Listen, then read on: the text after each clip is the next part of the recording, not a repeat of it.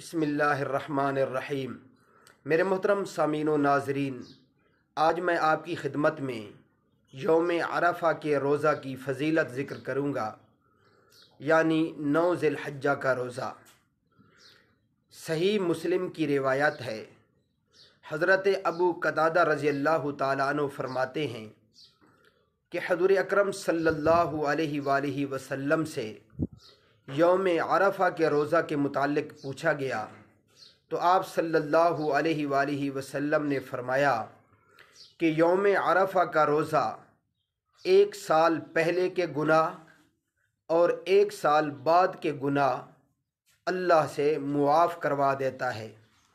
तो इतनी इस रोज़ा की फ़जीलत आई है मेरे मोहतरम सामीन व नाज़रीन, इसलिए इस रोज़ा के रखने का हम सबको इह्तिमाम करना चाहिए। अल्लाह अमल करने की तौफ़ीक अता फ़रमाए।